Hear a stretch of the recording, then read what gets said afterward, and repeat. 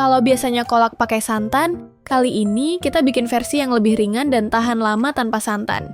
Rasanya tetap creamy, manis, plus ada tekstur kenyal dari candil ubinya. Pasti bakal jadi favorit keluarga. Sebelum lanjut, jangan lupa like and share dulu, biar resep ini nggak hilang dan bisa kamu buat kapan aja. Pertama, kita buat candil ubinya dulu.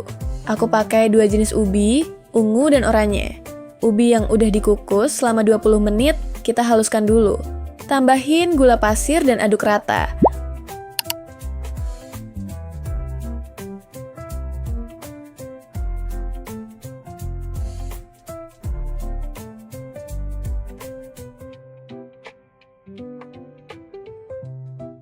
Masukin tepung ketan dan aduk lagi.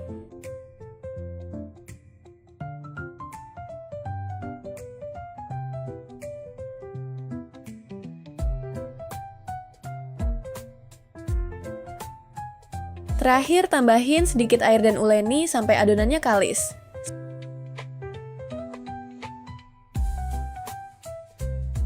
Sebelum dibentuk, cek dulu teksturnya.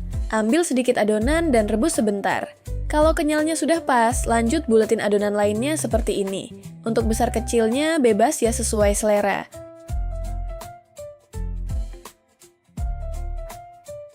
Buat ubi oranyenya sama juga. Kukus 20 menit, haluskan, campur dengan gula, tepung ketan, dan air. Lalu bentuk membulat. Beda di takarannya aja. Resep lengkap udah aku tulis di kolom deskripsi ya.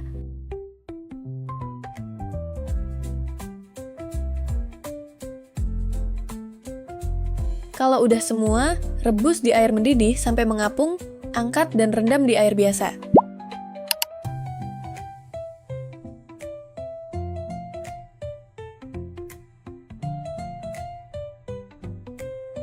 Sekarang, kita siapkan pisang kepok yang sudah dikukus selama 30 menit. Kenapa sih dikukus dulu? Biar tekstur pisangnya lebih kenyal, gempy, dan lebih enak. Kupas kulitnya dan potong jadi 3 bagian.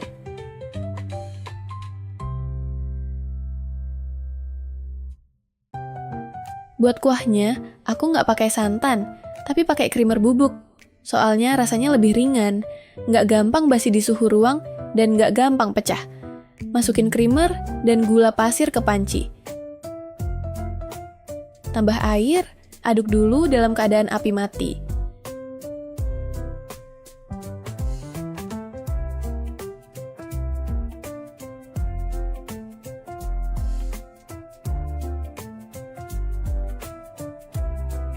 Kalau udah tercampur, baru nyalakan api dan masak.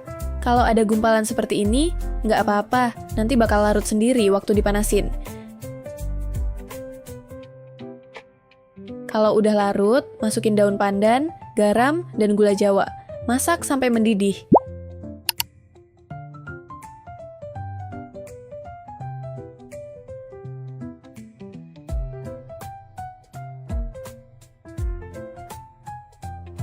Setelah mendidih, matikan api dan masukkan pisang kepok. Diamkan sampai suhunya nggak terlalu panas.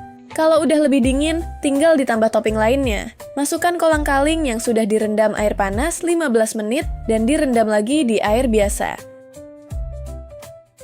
Tambahkan degan jelly. Buat resepnya udah ada di video kanan atas ya. Ingat, jangan masukin degan jelly waktu kuah masih panas, nanti bisa mencair. Terakhir, masukin candil ubinya.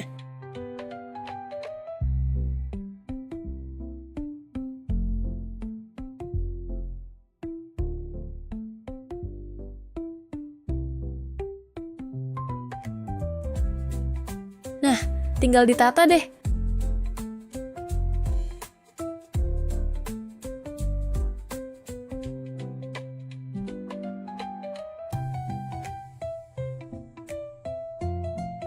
kolak candil ubi siap disajikan. Kalau kamu suka resep simple kayak gini, jangan lupa subscribe biar nggak ketinggalan resep simple lainnya.